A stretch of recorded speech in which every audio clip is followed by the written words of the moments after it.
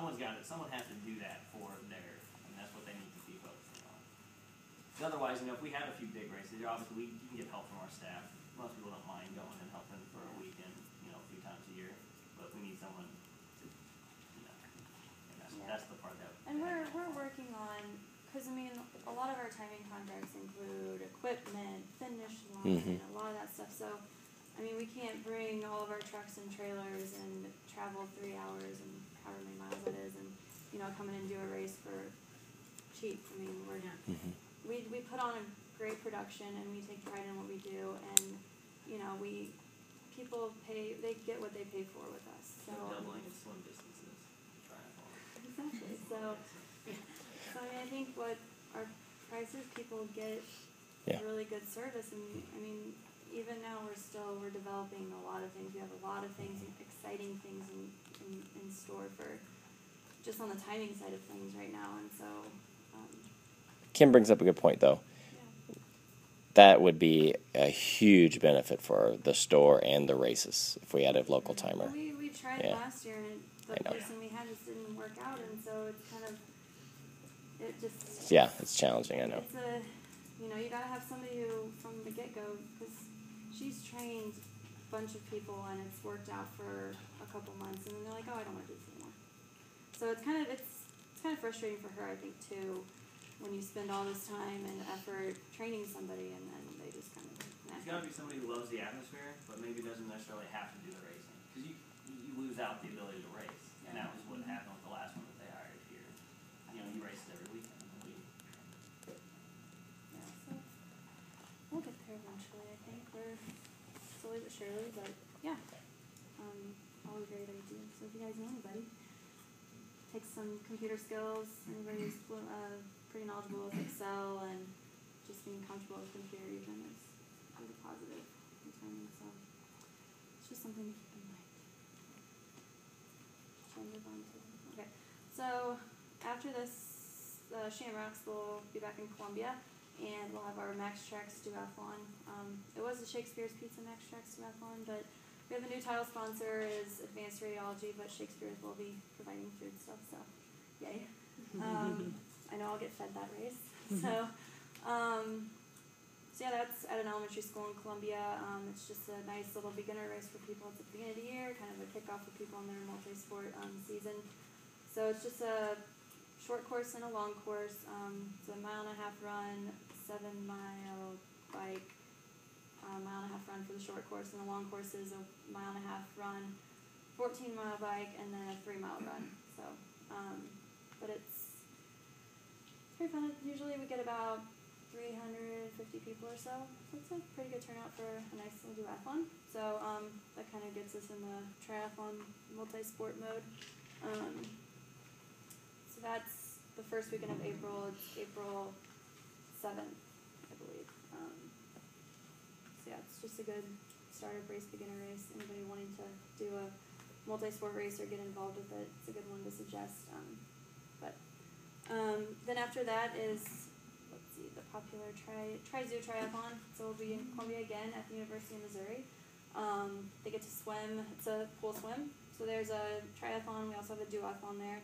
We also have an elite triathlon division. So that's always kind of fun. It's a prize money division. So any elite triathletes that you guys know, that's a good one to suggest. And then there's prize money in that. So it's a pool swim.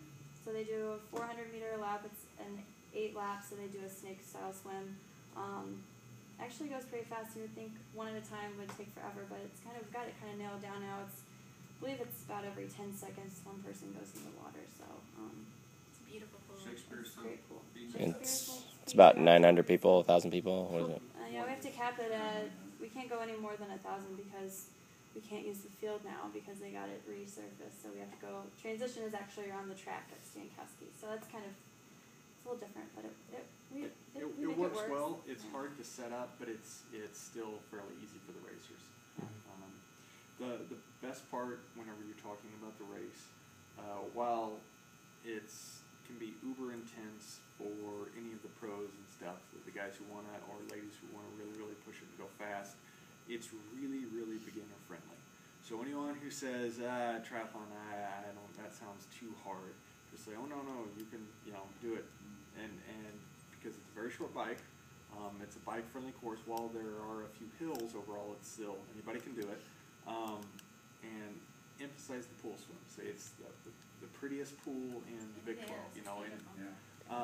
and you can, or I guess not SEC, pardon me, but just always reinforce, how beginner friendly it is. And, if someone says, I don't know if I can swim it, say, well, technically, if you got to hold on to the ropes, we'll figure it out together. But just let them know that it's a great environment, a lot of fun, a lot of people come out, and it's really, really great for even, family and friends to come on, cheer them on. They can see them on the course during the run. It's a really beautiful campus where everything takes part. So it's a lot of fun. I mention that one a lot, especially when somebody's saying that they've never done one. I always mention that. Yep. For those of us who have done the race a couple times, that one, and then of course Republic later in the year, are just fantastic races. They work well, but they're also very beginner friendly.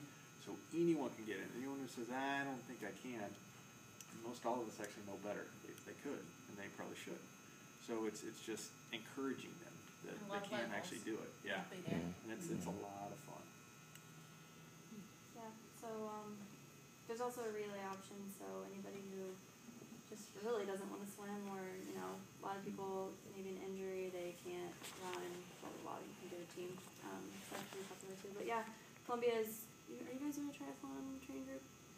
For Tri-Zoo? For anything? We would like to do one for Tiger Tri.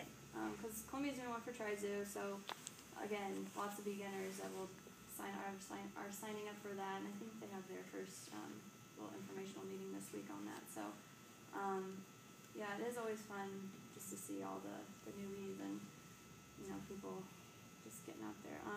When will we know about that and the dates? Because instead of us sending people to the Meyer Center, What? The training group? public, when will that be posted? And As soon as Jacinda and I have that conversation. And you or whoever's interested in helping with it. So let's talk about that this week too. So yeah, it's a fun one. That one is May 6th. It's a Sunday. So we have a pretty big little expo at the store the day before.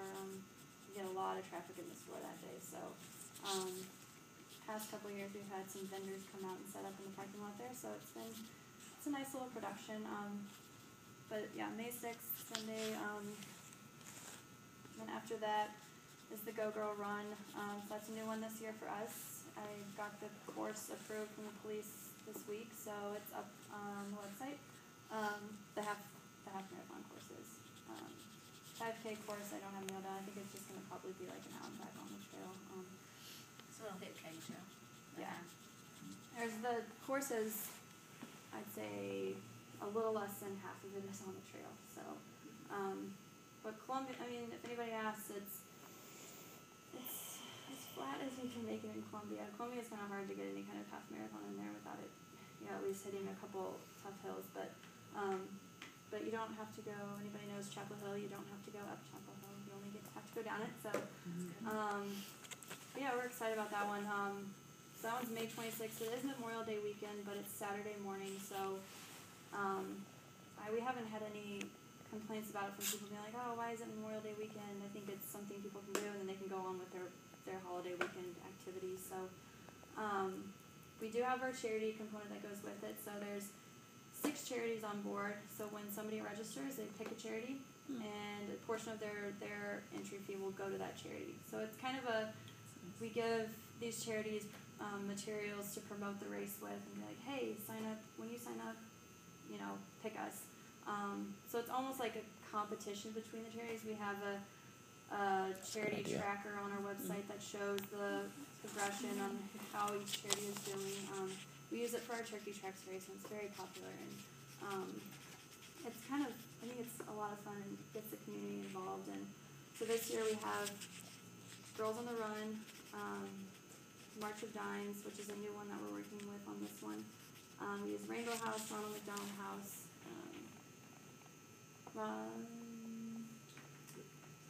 You don't have to remember all the charities off the top of your head, but the best part would just be to reinforce the choose your charity component. So that if